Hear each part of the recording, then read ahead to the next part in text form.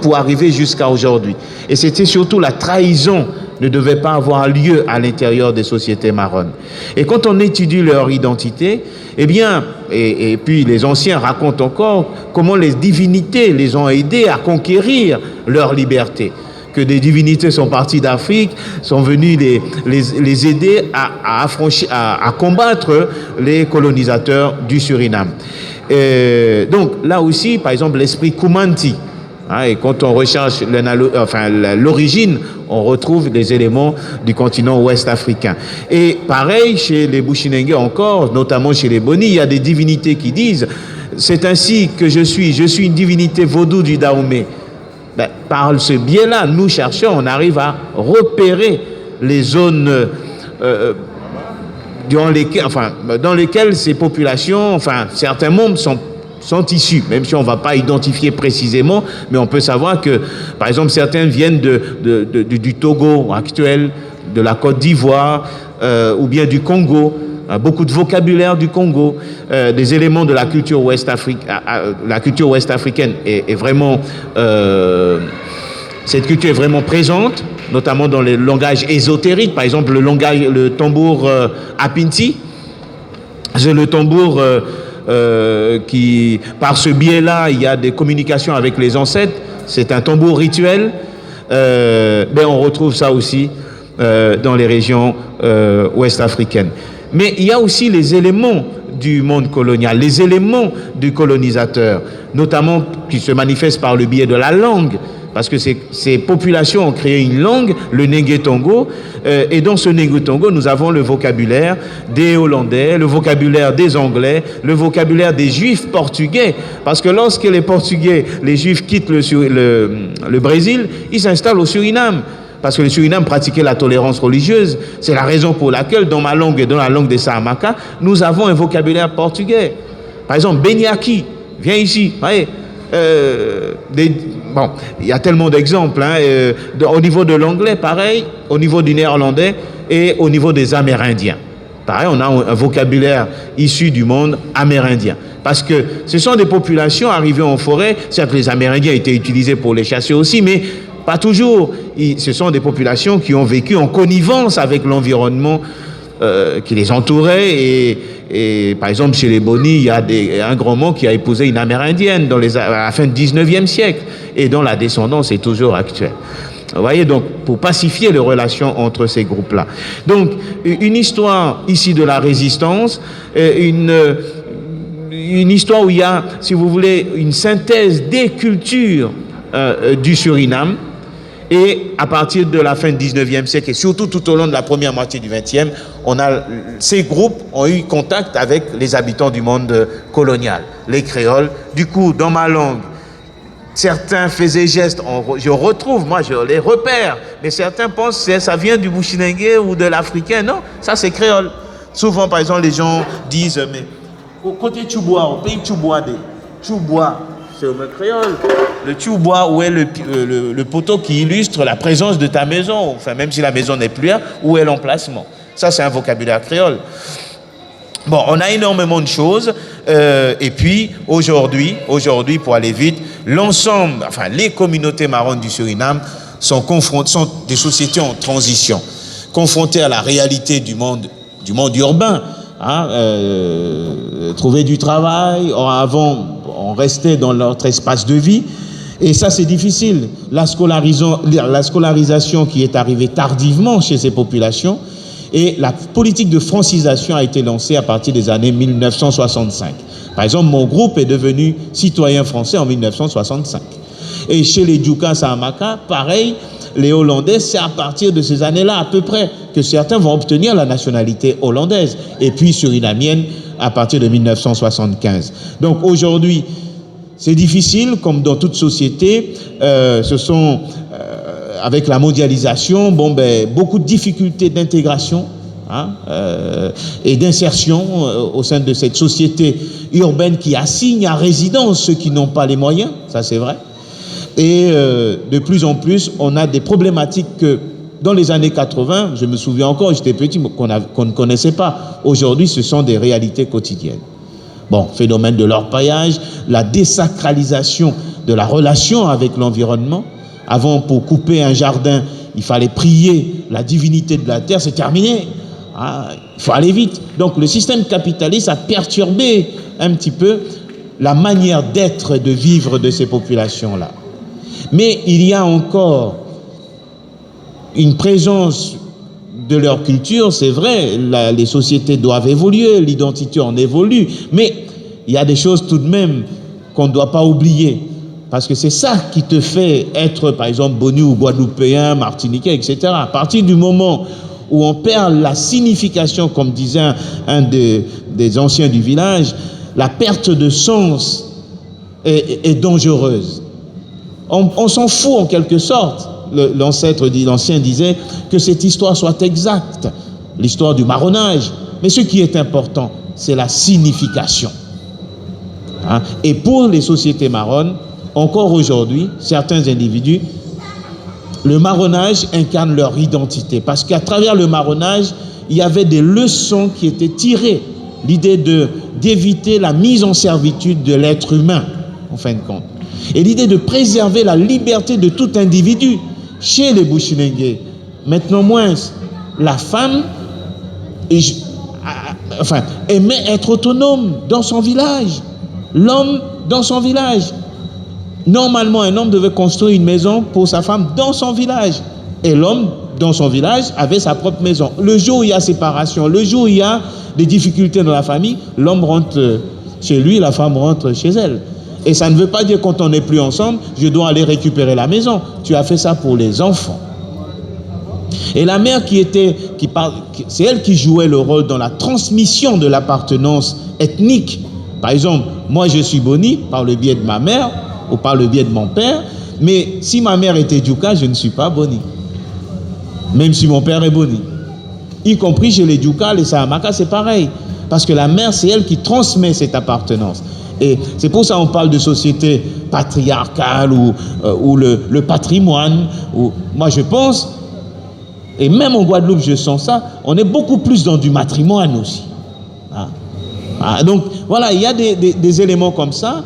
Aujourd'hui encore, le respect à travers les aînés, ça, ce sont des leçons tirées du marronnage.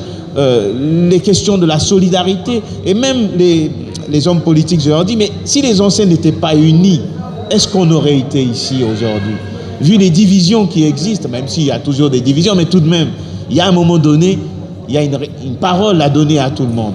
Or aujourd'hui, c'est l'individualisme qui se développe et du coup, difficulté au sein de ces sociétés-là, difficulté au sein des familles et au sein du groupe. Mais ces groupes-là restent quand même, quand on va à l'intérieur des villages, on retrouve cette Afrique, on retrouve celui qui étudie bien des éléments de la culture des colonisateurs du Suriname et aussi des éléments culturels des Amérindiens. Et pour finir, cette histoire des Marrons du Suriname s'inscrit dans une histoire plus vaste dans les Amériques. Et le professeur Jean-Pierre Sainton en a parlé. À la Jamaïque, d'ailleurs, lorsque le Suriname a été échangé, les Hollandais ont récupéré New Amsterdam. Ils ont récupéré... les Hollandais ont cédé aux Anglais New Amsterdam. Les Anglais ont cédé aux Hollandais Suriname. Et les esclaves et les colons du Suriname sont partis à la Jamaïque. C'est la raison pour laquelle la langue, le pidgin qui est parlé à la Jamaïque, a été, à mon sens, formée depuis le Suriname. Puisque moi j'entends un Jamaïcain parler, c'est comme si c'était ma langue. Hein? On se comprend. Hein? Donc voilà, ça aussi c'est lié à cette histoire-là, au Suriname, des mouvements de population, des mouvements de colons. Et c'est une histoire complexe. On ne peut pas la lire avec nos lunettes d'aujourd'hui. Et souvent, c'est ça qui se passe et c'est difficile de comprendre, d'expliquer aux gens la difficulté de compréhension, mais en même temps, que devrait-on retenir? L'idée de liberté, chèrement obtenue, combattue pour l'avoir, et un Boni, un Djouka, aujourd'hui encore, défend cette liberté-là. Et dès qu'on essaie d'enfreindre un petit peu, ils sont agacés. Et là, ils revendiquent leur africanité en disant « Misatu Ouyafi Kanenge ». Moi, l'homme africain aux cheveux courts, moi, j'ai pas lu Césaire pour revendiquer mon africanité, par exemple. C'est en moins. Mais aujourd'hui, on a une perte des éléments qui avaient formé ces sociétés-là, même de la jeunesse. Il y a beaucoup de difficultés, on ne va pas développer peut-être avec les questions. Voilà, je vous remercie beaucoup. Il faut aller vite. Voilà. Et merci Jean Moumou, je rappelle. Et on va passer à l'échange. Je ne sais pas s'il y a... Bonjour. Et c'est pas une question, mais je voulais apporter un point de vue en ce qui concerne les chercheurs, les écrivains. Parce que souvent, vous dites esclave, esclave, esclave, esclave. Bon, je pense que nos ancêtres, ils n'ont pas été esclaves, ils sont devenus esclaves. Je pense parce qu'il y a, en lisant les livres, en écoutant vos discours, tout le temps esclave, esclave. Il y a des gens, ça peut les toucher, ça peut les freiner. Par contre, en mettant le terme devenir esclave, ça change tout. J'ai une petite expérience. À l'époque, je travaillais à Paris, j'étais conducteur touristique. J'avais une carte professionnelle pour visiter tout. À l'époque, j'étais à Paris. Je conduisais les cartes touristiques. Donc, on avait une carte professionnelle pour visiter tous les musées, quoi. Donc, j'étais au musée Grévin, je visite. Puis, dans un petit couloir, je vois un homme enchaîné, c'est marqué en bas, esclave. Donc, ma réaction, j'ai pris l'adresse du musée Grévin, j'ai fait une lettre, j'ai dit voilà, j'ai visité votre truc, c'était formidable, tout. Et dans le couloir, j'ai vu marqué esclave. Je dis, vous avez pas mal de visiteurs, il y a des gens qui connaissent, il y a des gens qui ne connaissent pas. Et il y a des gens, lorsqu'ils sortent, lorsqu'ils voient un noir, c'est un esclave. Alors je vous proposais de mettre un homme devenu esclave. C'était en 2005. Et depuis ça, j'ai pas eu de réponse. Voilà, c'était ça mon à chaque fois je vais dans les conférences, toujours esclave, esclave. Et je voulais faire un appel à vous, les chercheurs, les écrivains. Faut nous arrêter de mettre esclave, l'esclave, devenu esclave. Parce que des fois, ça peut choquer les gens, ça peut empêcher les gens d'avancer quoi, dans leur vie. Voilà, merci. Si tu permets, je vais te répondre. Oui, je comprends très bien ce que tu dis, sauf qu'elle va très bien tendre ça nous dit, par contre, parce que c'est pas comme ça qu'on a parlé précisément, que ce soit Jean ou moi-même. Alors, ce que tu dis est juste, mais il faut bien voir ça. On a toute l'histoire coloniale et toute la culture occidentale et nous-mêmes, on a essentialisé l'esclave, c'est-à-dire d'une condition obligée d'en faire une identité. Donc, de ce point de vue-là, je suis d'accord avec toi, tout à fait d'accord avec toi. Et ça fait quelques dizaines d'années que les historiens, ça a commencé particulièrement par les historiens anglophones, ont justement changé la façon de désigner les choses et on parlait d'enslaved. Enslaved, c'est-à-dire quelqu'un qui a été réduit en esclavage. Et aujourd'hui, c'est venu dans le vocabulaire courant des historiens francophones. Personnellement, moi, je ne vais pas attendre. Hein. Si vous avez les livres, moi, à chercher. De mes livres parus en 2000, etc. avant, j'emploie le terme réduit en esclavage. Donc, c'était... Voilà. Alors, mais qu'est-ce que ça montre? Alors, attention quand même à une chose. C'est-à-dire, ça ne veut pas dire qu'il faut que le mot esclave disparaisse de notre vocabulaire, sans quoi ça n'a plus de sens. Non, sans quoi ça n'a plus de sens. C'est-à-dire que si on n'a pas été esclave, bon, mais pourquoi échapper? Pourquoi il marronner? C'est parce que bien il fait en contrainte. Donc l'esclave, c'est une condition juridique, un enfermement, un enchaînement et une dévalorisation. Il est sorti de cette condition-là. Donc à mon avis, le terme esclave ne doit pas disparaître parce qu'il représente une réalité historique. Maintenant, il y a autre chose, c'est-à-dire savoir qu'est-ce qu'il représente. Est-ce qu'il représente une essence de l'homme africain esclavisé? Non. Donc on ne peut pas du tout, quand on parle des hommes africains, dire esclaves à tout bout. Donc moi je désigne les choses en fonction de ce que je veux nommer, je désigne, si tu veux, parfois je dis esclave, parfois je dis captif réduit en esclavage, parfois je dis esclavisé, etc. Je ne sais pas si tu me suis. C'est une question de compréhension des choses. Sinon, on va brouiller tout à fait les choses et on ne va pas comprendre ce que nous avons vécu dans les siècles qui viennent de se passer. Parce qu'on a vécu des choses. Le témoignage de Jean, ce qu'il a expliqué, c'est précisément toute l'histoire d'une communauté, enfin deux communautés au pluriel, qui sont sortis de l'esclavage. Donc, d'ailleurs, ils ne se sont pas dit descendants d'esclaves.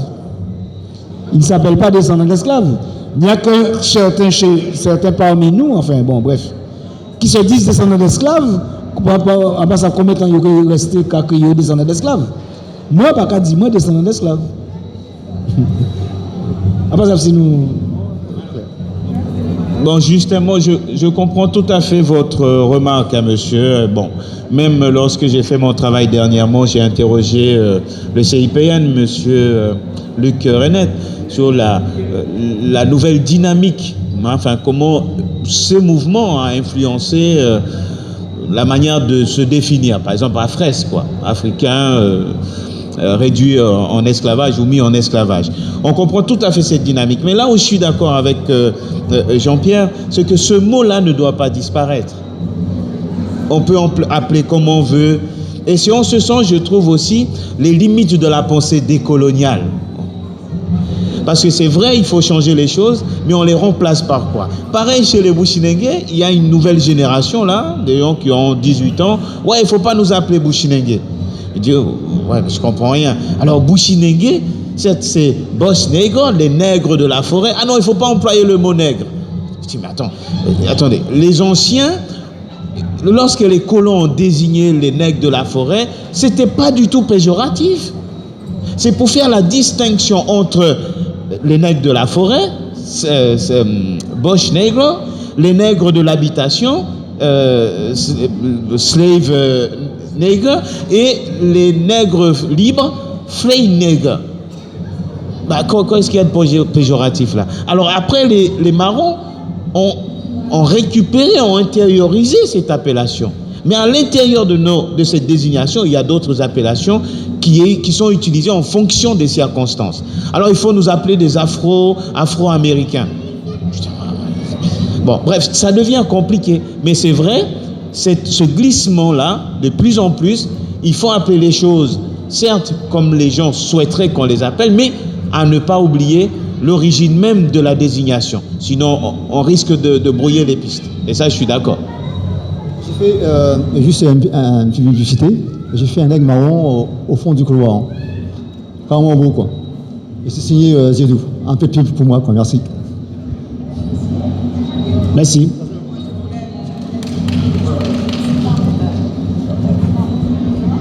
Oui, bonsoir. Alors, M. Moumou a répondu en partie à la question que j'allais poser, mais je la pose quand même justement par rapport à l'attitude des jeunes aujourd'hui. Alors, M. Moumou disait que son grand-père lui disait « Ne fais pas semblant, de toute façon, on sait que tu es maro ». Et là, les jeunes, ils disent « Eh bien, je ne voudrais pas m'appeler Bushinengue ». Alors, moi, je me demande comment la conscience du marronnage s'est construite au sein de la communauté Bushinengue. Qu'est-ce qui a construit cette conscience-là?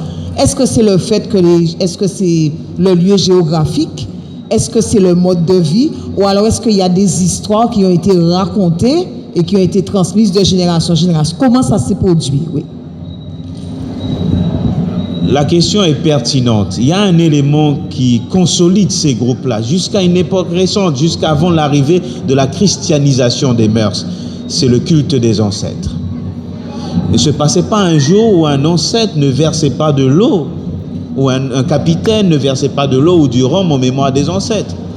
Nous, jeunes, on est là, on entend les contes racontés au village, au coin du feu. C'est terminé, ça. Il y a un film à aller regarder. Donc, vous voyez, ça aussi, c'est un élément qui a perturbé ces espaces de transmission du savoir et de l'identité d'appartenance. Il n'y a plus tellement ça. Donc là, le culte des ancêtres, qui continue, hein, ça existe encore, mais de plus en plus, il y a un regard distancié qui se développe par rapport à ceux qui sont en ville et qui ne voient plus l'intérêt de transmettre cette histoire-là. Et il y avait même des cultes de possession, jusqu'aux années 70 encore. Quand tu es au village, tu vois ça, bon, c'est clair, ça t'émerveille. Aujourd'hui, ça ne se fait plus. Donc, et puis ces communautés qui partageaient un noyau d'imaginaire en commun aujourd'hui avec l'urbanisation, la scolarisation, certes ça éveille l'esprit, mais ça aussi, ce sont des éléments qui recréent une identité à l'intérieur du groupe, en fin de compte. Parce qu'on se définit de deux manières. Soit par rapport à quelque chose ou contre quelque chose. Et ça, on l'observe de plus en plus à l'intérieur du groupe. Et celui qui a fait des études, qui habite à Paris, quand il vient, bon, le regard est différent. Hein, et je l'observe vraiment quand je vais au village, certains de mes camarades. Hein. Et donc ça, c'est un élément qui a joué un rôle. Les veillées mortuaires, les danses coutumières, aller à la chasse. Donc l'environnement joue un rôle dans cette consolidation de la culture et d'être fier d'appartenir à ce groupe-là. Il n'y avait pas de honte chez les Bushinengue, tu me traites de noir, je suis foncé. Au contraire, les gars étaient fiers. Aujourd'hui, on sent cet élément. Alors, ce sont les images, hein. Une femme claire, une femme noire, il n'y avait pas de... Le regard à l'égard du blanc non plus. Il n'y avait pas de... Je sens dans les réseaux sociaux cette antipathie qui se développe. Oh, moi je vois mon grand-père, non. Un jour, j'avais appelé un créole Bakanenge. Il m'a tiré les oreilles. Il m'a dit, tu sais ce que signifie Bakanenge? Le blanc créole, en fait. Le nègre assimilé, en fait. Il ne faut pas appeler comme ça. Mais je ne savais pas. Il m'a corrigé. Donc, ça aussi, ce sont des éléments qui ont changé, mais pour reprendre rapidement, et puis le culte des ancêtres, je résume, hein, l'environnement géographique, la culture rurale, mais même en Guadeloupe, quand il fallait réveiller cette culture partie, en quelque sorte, vous êtes allé chercher dans le monde rural. Eh bien, chez les Bushinengue, le monde rural constitue ce réservoir encore, mais de plus en plus perturbé avec l'urbanisation. Ça, c'est clair. Donc, je ne sais pas si j'ai répondu rapidement, mais ce sont les éléments de réponse qui arrivent à mon esprit, en fin de compte. Voilà. Et puis la langue aussi. Ah, la langue.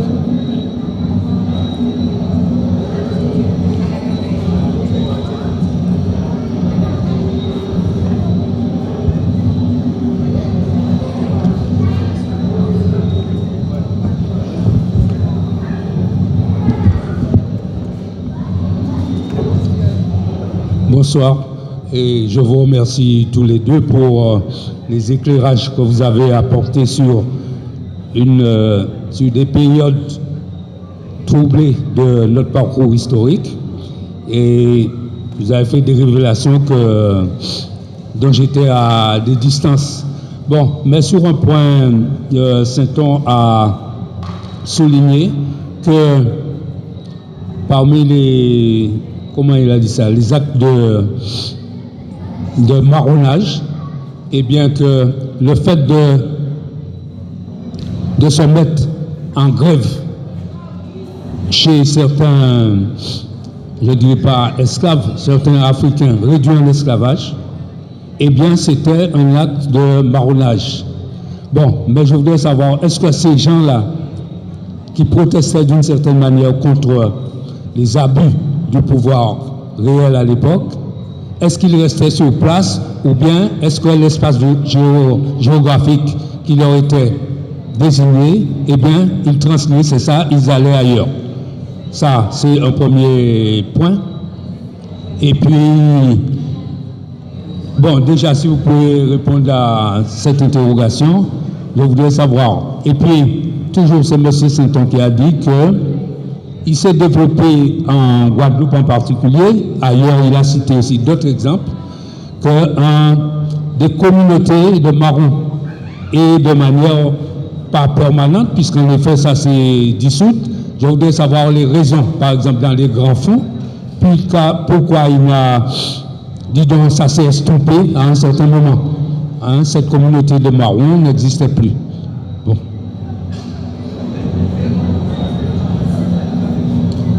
D'accord. Alors, ma réponse sera un peu longue, hein, parce que ta question demande beaucoup de développement. Alors, le premier aspect, c'était, oui, est-ce qu'il restait sur place, etc. Alors, comme je l'ai dit, il y a plusieurs formes ou plusieurs niveaux de marronnage. Mais Bon, Jean, Moumou et moi, nous faisons quand même partie d'une nouvelle génération d'historiens.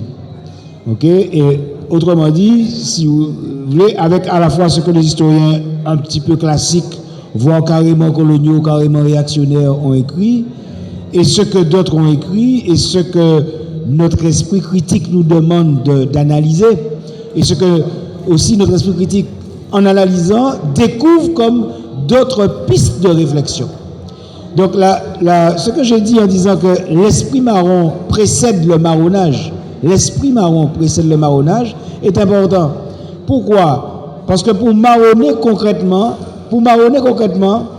faut faire. Il faut pouvoir le faire. C'est aussi simple que ça.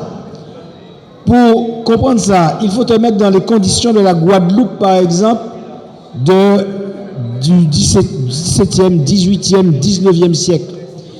La Guadeloupe est une île, est un archipel. C'est petit. Alors, il y avait beaucoup plus de possibilités dans la Guadeloupe de l'époque de se cacher que dans la Guadeloupe d'aujourd'hui. Mais se cacher, on ne réalise pas. Il faut faire diffé. Diffé là, il y aura voie. Faut manger. Notre forêt n'est pas comme la forêt guyanaise ou comme la forêt brésilienne. C'est pas une forêt qui regorge d'animaux qu'on va manger. Raccoon porte-cola, raccoon vient après. Mangousse vient après. Tenigouti, mais il est déjà disparu, etc., etc. Donc ça t'est raide. Ça t'est très raide. Et j'ai découvert par les sources, alors je vais effectivement rentrer dans les détails, l'ingéniosité incroyable des nègres marrons de Guadeloupe, des cas de marronnage en Guadeloupe.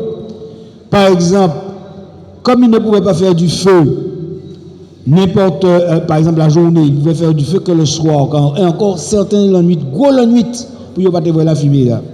Donc, quand ils avaient fait, pour laver manioc là, en fait, ils avaient trouvé une technique particulière pour laver le manioc et le manger comme le manioc. C'est-à-dire, donc pour enlever toute l'acide du manioc, l'acide toxique du manioc. Donc, c'est des techniques qu'ils avaient trouvées. Mais c'était extrêmement difficile. Et je pense que j'aurais répondu à une partie de la question. Le pourquoi les camps de marrons peut-être ne se sont pas prolongés dans le temps.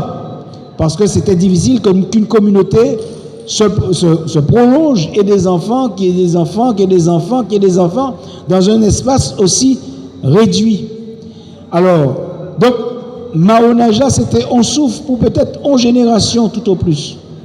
Mais après, on savait que dans tel côté, t'es ni marron ou TPA est là. Donc, d'autres générations sont allées là. Ça, c'est une première chose.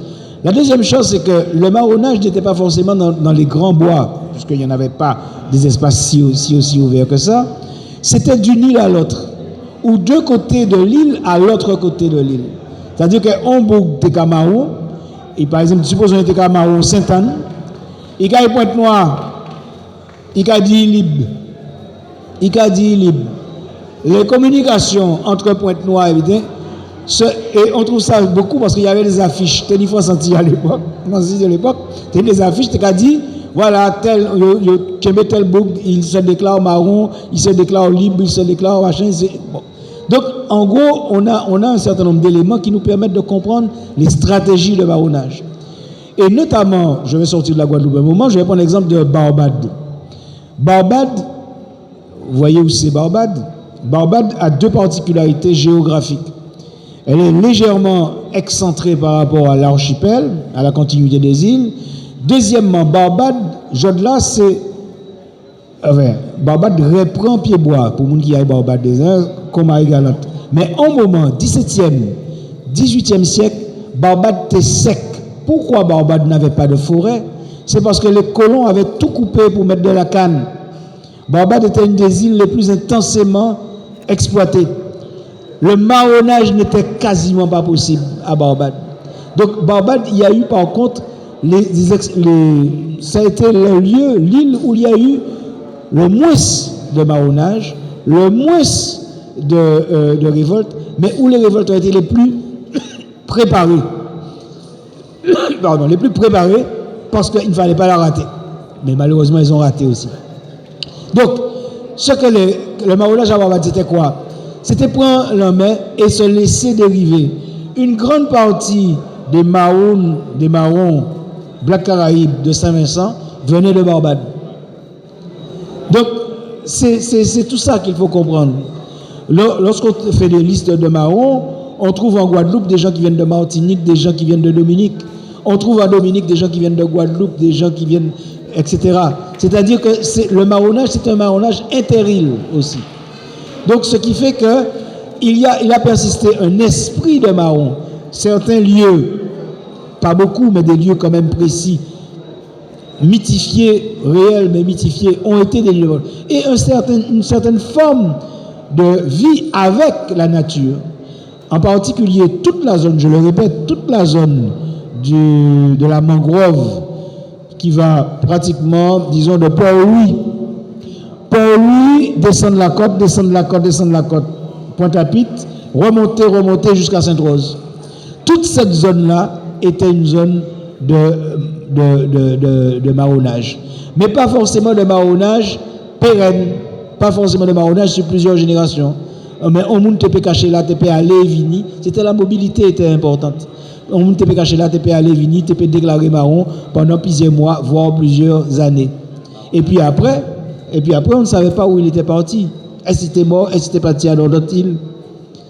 Voilà. Donc, mais à mon avis, il faut faire. C'est un travail qui mérite encore d'être fait, qui n'est pas totalement fait pour la. Parce que précisément, pour faire ce travail-là, je rentre un petit peu dans le travail de l'historien. Pour faire ce travail-là, il faut des sources, mais il faut surtout se décoloniser un peu l'esprit pour comprendre que le marronnage, ce n'est pas un pourcentage dans un papier colonial.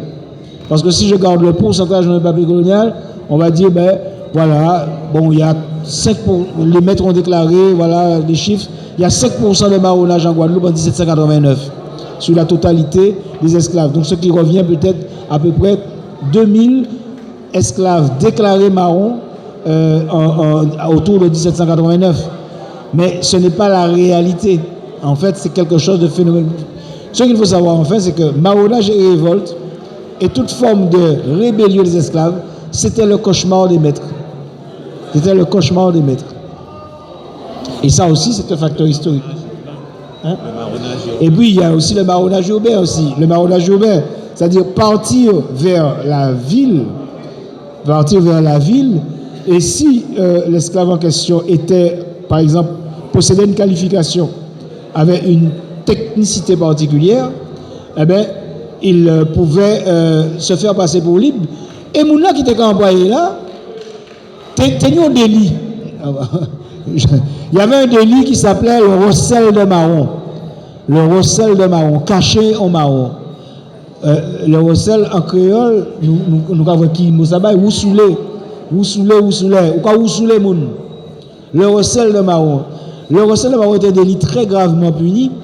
Et il punissait aussi bien les blancs, parce que certains blancs, pas forcément par anti-esclavagisme, par intérêt, cachaient les marrons pour les faire travailler pour eux.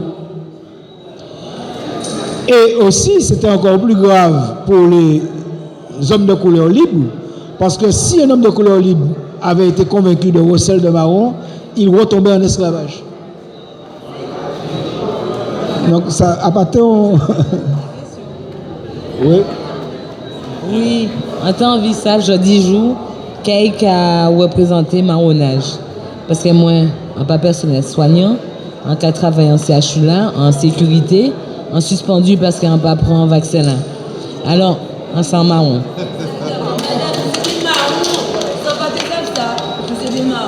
Ils sont marrons. Avec pour moi, on s'en marron.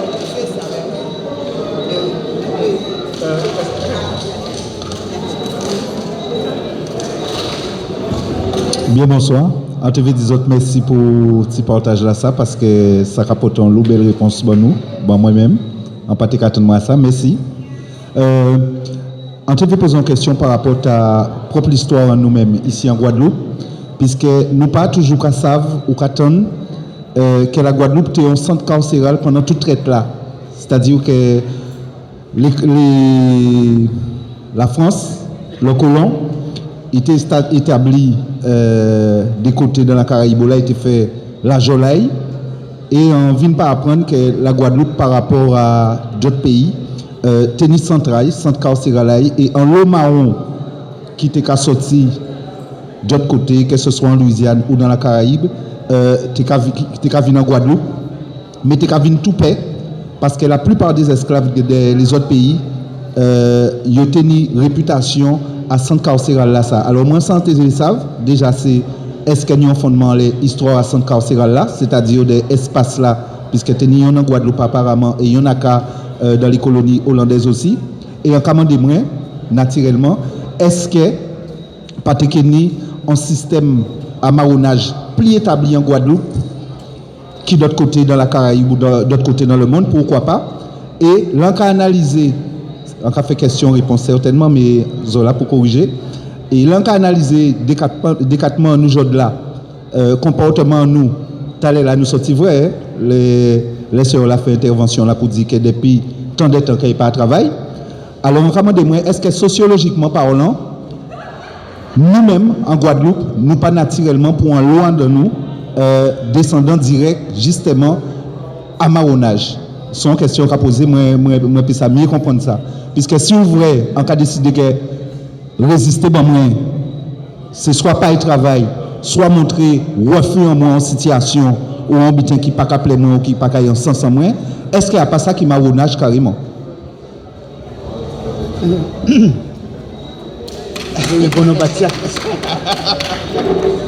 Alors, en quelque vous, mais en tout cas, bien vu, gens qui ont d'autres expériences historiques, qui nous ont d'autres vécu du moins, mais qui historiens. Par ailleurs, tu bien vu, genre, répondre à la première question là, c'est-à-dire, pour un descendant nègre marron, qu'est-ce qui l'identité marron? L'identité du marron, c'est quoi? C'est le refus d'être privé de sa liberté. Ça, c'est fondamental. Ouais. C'est vrai. Même moi, il y a des choses que j'observe. Je ne peux pas supporter la contrainte. Même si, bon, on peut comprendre, on est dans un système où il faut respecter la loi. Hein, mais j'aime bien le traitement juste, en fait. Il faut que ça soit juste. J'aime pas quand on part à côté. Voilà. Mais cette idée-là, c'est vrai. Bon, pour l'histoire de la Guadeloupe, est-ce que centre carcéral, moi, j'ai pas trouvé, c'est dans la Caraïbe, mais peut-être vous avez la réponse, mais moi, j'ai pas trouvé ça. Mais je pense, mais c'est lié aussi à l'histoire de la Guadeloupe même, de la révolte, de la révolution, hein, Victor Hugo et compagnie. Je pense ça aussi, c'est peut-être vous portez cette trace-là de peuple résistant. Et puis je pense là, Jean-Pierre pourra répondre, mais ça c'est un regard extérieur. Je pense enfin, l'idéologie marxiste-léniniste, je pense, c'est beaucoup plus opéré ici que dans certains territoires. Par exemple, en Guyane, moins. Vous voyez. Au Suriname, oui, dans les années 60, justement, il y avait cette idéologie qui structure les mouvements de résistance, de révolte face à l'ordre établi. Et tandis que maintenant, c'est fini. Vous voyez, donc, peut-être c'est une réponse comme ça, mais l'idée l'identité d'un nègre marron, c'est l'idée du refus d'admettre l'injustice. Ça, c'est vrai. Il faut que ça soit juste.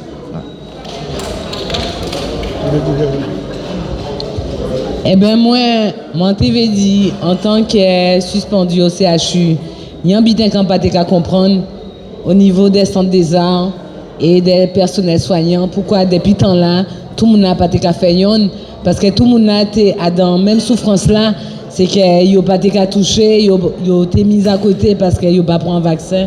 Et moi, je ne peux pas comprendre justement pourquoi depuis un moment ça a existé et tout le monde n'a pas été fait ensemble. Et je dis jour, quand on voit que avec Centre des Arts et CHU là, hein, parce que piqué là aussi au niveau des CHU là, depuis un moment nous tenons pour faire yon, c'est anti-morceau pas là, depuis longtemps. Si c'est marron, nous tous marron, nous sommes déjà alliés pour nous avancer plus loin. Parce que pour moi, toute Guadeloupe là, Ti morceau pas là, ti morceau pas là, ti morceau pas là. Si nous tous déjà mettre nous ensemble, eh ben nous déjà qu'à faire tout le monde plier politique parce que moi on commencé bon. Faut nous tous ensemble. Merci. Bon, l'organisateur me donne. Oui, c'est-à-dire que je me demande, est-ce qu'on pourra un jour classer les différentes, peut-être les différents territoires de la Guadeloupe, non pas de la Guadeloupe, de la Caraïbe, est-ce qu'on pourra les classer en fonction de l'esprit marron? Comment mesurer, comment évaluer? Ou alors est-ce que aussi il n'y a pas des territoires qui ont un esprit marron plus, je sais pas, peut-être plus poussé que d'autres? C'est ça. Non? C'est pas? On peut pas? D'accord. Ok. Il n'y a pas de source pour vérifier ça? D'accord. C'est un peu difficile. Ouais, c'est un peu difficile. Mais en tout cas, je passais c'est pas évident. Hein. L'histoire est complexe. Hein. L'histoire est complexe. Mais bon, c'est la lutte en permanence, ça c'est clair, partout. Hein. Voilà. Et puis peut-être Jean-Pierre n'a pas évoqué cette idée, j'ai fini là-dessus, c'est que je pense si les marrons ont existé en Guadeloupe jusqu'en 1848, y compris en Guyane, après l'abolition, les gars sont rentrés en ville. Peut-être ça aussi. Parce que même au Suriname, ils ont demandé aux nègres marrons de retourner en ville. Certains sont retournés. Hein. D'autres, comme ils étaient loin, non. Et c'est depuis une cinquantaine d'années que là, la ville les attire. Voilà. Ok, mais merci pour votre présence. Il y a beaucoup de choses à dire là-dessus.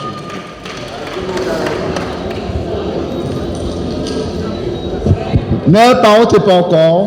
Il y a un groupe de danse qui va faire une danse traditionnelle de Goka et après il y a une cérémonie de nègre marron. Alors,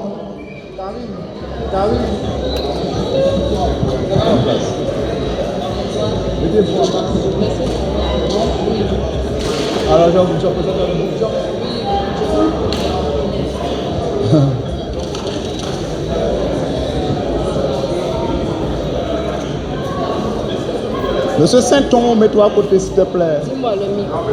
C'est le seul micro à fil que tu as? Ouais. Dis ça pour ça que. Ouais. On n'a pas besoin de micro ici, hein, ça sonne, ça résonne bien. D'accord.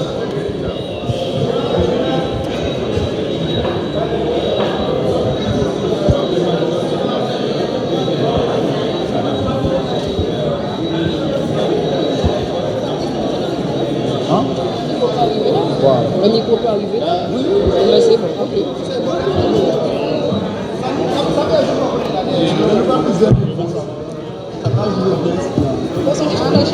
Ah, il y a un chanteur.